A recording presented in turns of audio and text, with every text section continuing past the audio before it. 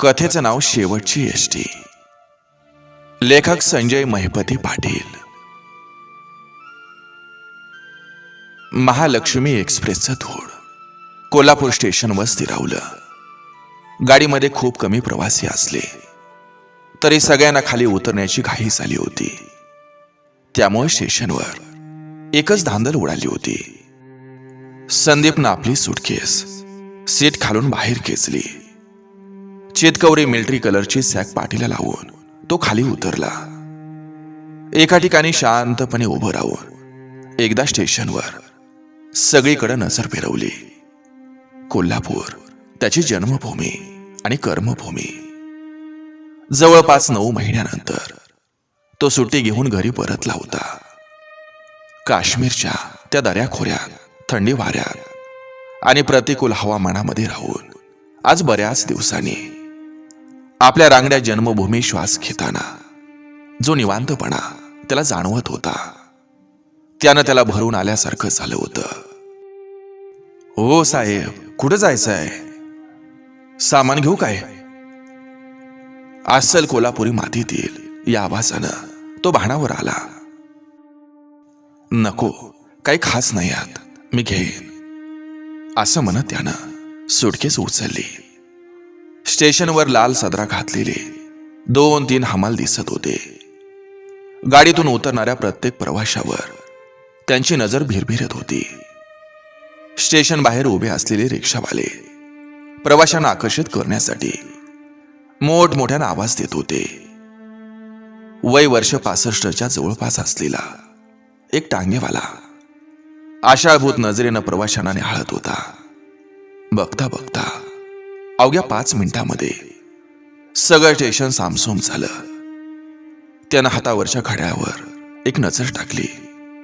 रात्रीच्या 10:30 वाजून गेल्या होत्या. रेल्वे स्टेशन पासून 10 मिनिटांच्या अंतरावर एसटी स्टँड होतं. "ओ बाबा, एसटी स्टँडवर सोडता काय?"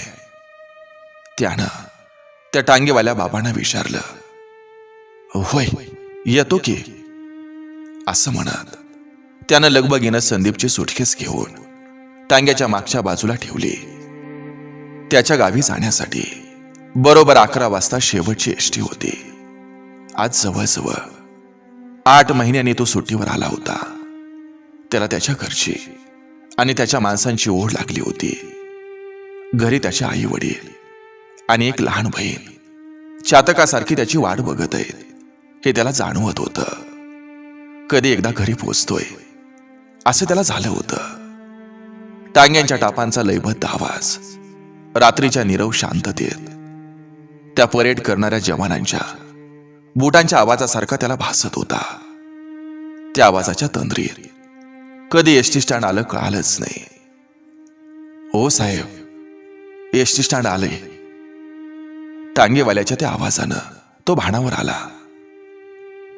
"बाबा, किती रुपये झालं?"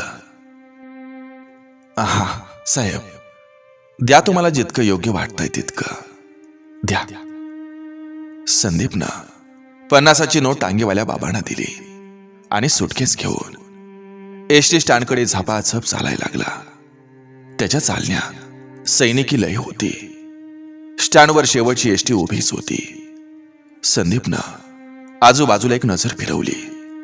खाकी शर्ट आणि हाफ चड्डी घातलेलं, डोक्याला टापर बांधलेले 1-2 हमाल बाकड्यावर बसलेले दिसले. बाकड्याखाली 2-3 कोत्री अंगाचं मुटकुळ करून झोपलेली होती. एसटी स्टँडवर असलेल्या कॅन्टीन मधला एक मुलगा टेबलांची शेवटची आवरावर करत होता. काउंटरवर मालक हिशोबात गुंग होता.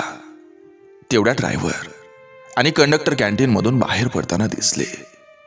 गाडी चढता चढता कंडक्टरनं बेलची दोरी 3-4दा खेचली.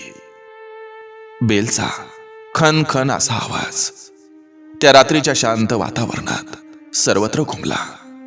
"चला चला, कोपरे रेंदाळ मार्गे कारगदा, वस्तीची शेवटची गाडी, चला चला."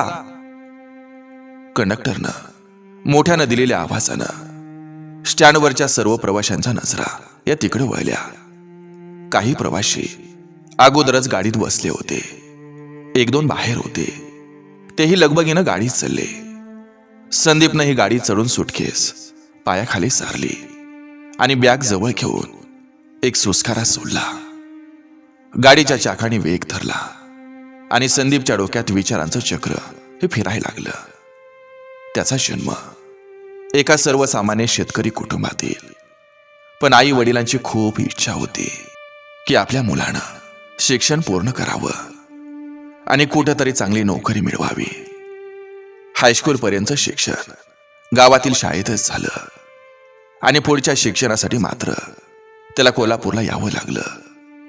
सकाळचं कॉलेज असल्यानं सकाळी 6ची पहिली एसटी त्याला पकडावी लागायची. त्याला आजही आठवत होतं की त्याच्या गावातून निघणाऱ्या पहिल्या एसटीनं कोल्हापूरला जाणारे प्रवासी खूप कमी असत, पण पुढं हुपरी आलं की गाडी भरून जायची. त्याच्या कॉलेजमध्ये शिकणारी काही मुलं आणि काही मुली हुपरीत गाडी पकडत असायची. मग संदीप कधी त्यांच्यासाठी जागा पकडायचा, तर कधी आपली सीट त्या मुलींना द्यायचा. हे जवळपास रोजच चालत असायचं. परवीन, त्या मुलीमधली एक मुलगी, ती संदीपला खूप आवडायची. तिचं सुंदर सालस सौंदर्य, गोरा रंग, सरळ नाक, तिच्या टपोऱ्या डोळ्यावरचा तो मोठ्या भिंगाचा चष्मा, आणि तरीही त्या चष्म्यामुळं तिच्या सौंदर्यात कुठेही बाधा येत नसायची. जसं सौंदर्य अगदी तसा साधा स्वभाव. कदाचित तिच्या याच गोष्टींचा प्रभाव संदीपवर पडला होता. तसंही एकमेकांकडे आकर्षित होण्याचं वय होतं ते. परंतु जवळजवळ 2 वर्षांच्या कालावधीत परवीननं कधी संदीपकडे नजर वर करून सुद्धा पाहिलं नव्हतं. अथवा संदीपनं कुठली पहल केली होती. योगायोगानं कधी नजरानजर झाली तरच. पण म्हणतात ना, इश्क आणि मुश्क छुपाये नाही छुपते, त्याचप्रमाणे संदीपच्याही नकळ त्याच्या नजरेतील तिच्या बाबतची ओढ तिला कळायला लागली होती. श्रीमंत घरातील ती एक हुशार मुलगी होती. तिचं ध्येय निश्चित होतं. डॉक्टर होण्याचं तिचं स्वप्न होतं. शिवाय त्यांचे धर्म हे वेगळे होते. संदीपची ही गोष्ट तिला रुचली नव्हती. तसं पाहिलं तर संदीपनंही आपली सीमा कधी ओलांडली नव्हती. परंतु एक दिवस कॉलेजला जात असताना एसटीला खूप गर्दी होती. योगायोगानं संदीपच्या समोरच परवीन उभी होती आणि अचानक काही कारणानं ड्रायव्हरनं गाडीला ब्रेक मारल्यानं संदीपचा तोल गेला आणि तो परवीनला जाऊन धडकला. परवीनला त्या गोष्टीचा इतका राग आला आणि त्या रागाच्या भरात तिनं संदीपच्या कानाखाली वाजवली आणि सर्वांसमक्ष त्याचा अपमान केला गेला. सर्वांसमोर झालेला अपमान संदीपच्या जिवारी लागला. स्वाभिमानी संदीपच्या आयुष्यातील तो कॉलेजचा शेवटचा दिवस ठरला. त्याच्या आयुष्यातील ते पान तिथंच संपलं होतं. बरेच दिवस त्यानं स्वतःला एकांतात कोंडून घेतलं. आई वडिलांनी समजूत घातली, मित्रांनी सांगून पाहिलं, पण त्यानं कॉलेजला जायचंच नाही हे पक्क केलं होतं. काय करायचं आणि काय नाही या संभ्रमात असतानाच त्यांचा एक मित्र मिलिटरी भरतीची तयारी करत होता हे संदीपला समजलं आणि इथूनच त्याच्या आयुष्याने एक नवीन वळण घेतलं. 6 महिना जीव तोडून मेहनत घेतली आणि पहिल्याच प्रयत्नात तो आर्मीमध्ये भरती झाला. या गोष्टीला आज 8 वर्ष झाली होती. उंच उंच इमारतीमधून वाट काढत एसटी शहरातून बाहेर पडत होती. गाडीत जेमतेम 10-15 प्रवासी असतील. रात्रीच्या 11 वाजून गेल्या होत्या. जवळजवळ सगळेच प्रवासी डुलक्या घेत होते. शहरातील शेवटचं नगर पार करून एसटीनं डावीकडे वळण घेतलं आणि अंधाराच्या पोटात घुसली. जेमतेम 5 किलोमीटर अंतर कापून एसटी पुढे आली आणि अचानक ड्रायव्हरनं करकचून ब्रेक दाबला. कर्कश आवाजासोबत 1-2 झटकं देत गाडी जागच्या जागी थांबली. डुलक्या घेणारे बरेच प्रवासी खडबडून जागे झाले. कुणाचं डोकं पुढच्या बाकावर धडकलं तर कुणी बाकड्यावरून खाली कलंडलं. एका म्हातारीचा अस्सल कोल्हापुरी बाजा तोंडाचा पट्टा सुरू झाला. कणत विवळत कंडक्टर आणि काही प्रवासी खाली उतरले. त्यात संदीप सुद्धा होता. पुढचं दृश्य पाहून प्रत्येक जण जागच्या जागी स्तब्ध झाला होता. एक कार रस्त्याच्या मधोमध उलटी झाली होती. एसटीच्या हेडलाईटच्या उजेडात कारमधली माणसांची धडपड दिसत होती. संदीपसह 5-6 जण पुढे सरसावले. बऱ्याच प्रयत्नानंतर कारचा दरवाजा उघडण्यात यश आलं. कारमध्ये एक महिला, तिचं 2.5-3 वर्षाचं एक मूल आणि तिचा नवरा असे 3 जण होते. नशीब बलवत्तर म्हणून महिला आणि तिच्या मुलाला किरकोळ दुखापतीखेरीज काहीच झालं नव्हतं. पण तिचा नवरा बेशुद्ध अवस्थेत होता. त्याच्या डोक्यात खूप खोलवर जखमा झाल्या होत्या. त्याच्या जखमेतून रक्त वाहत होतं. त्याची अवस्था हळूहळू बिघडत झाली होती. लवकरात लवकर त्याला औषधोपचार मिळणं हे गरजेचं होतं, नाहीतर त्याच्या जीवाला धोका होता. ती महिला वारंवार नवऱ्याला औषधोपचारासाठी घेऊन जाण्यासाठी सगळ्यांना हात जोडून विनवणी करत होती, परंतु कोणीच पुढे येत नव्हतं. अशा आणीबाणीच्या प्रसंगी एका सैनिकाची काय जबाबदारी असते हे संदीपला माहिती होतं. हा संदीपला मिळालेल्या आर्मी ट्रेनिंगचा एक भाग होता. अशा वेळी संदीप मधील सैनिक हे स्वस्थ बसणं अशक्यच होतं. त्याची सगळी इंद्रिय दुप्पट वेगानं काम करत होती. 5-6 लोकांच्या मदतीनं त्यानं कार सरळ केली आणि 5च मिनिटात गाडीवर नजर फिरवली. इंजिन, क्लच, गिअर आणि ब्रेक हे सगळं तपासून गाडीला सेल्फ मारला. तशी 2-3 प्रयत्नात गाडी सुरू झाली. त्यानं त्याचं सामान एसटी मधील आपल्या गावातील एका प्रवाशाला देऊन दुखापतग्रस्त व्यक्तीला आणि त्याच्या परिवाराला घेऊन त्याच्या कारनं तो दवाखान्याच्या दिशेनं निघून गेला. संदीपनं केलेली धावपळ ही फळाला आली होती. त्यानं पेशंटला दवाखान्यात वेळेवर आणलंच होतं. शिवाय त्यानं स्वतः रक्तदान करून त्याला जीवदानही दिलं होतं. आता पेशंटच्या जीवावरचा धोका हा टळला होता. पेशंटच्या बायकोनं दवाखान्यातून फोन करून आपल्या नातेवाईकांना ही माहिती दिली होती. लवकरच तेही दवाखान्यात पोहोचणार होते.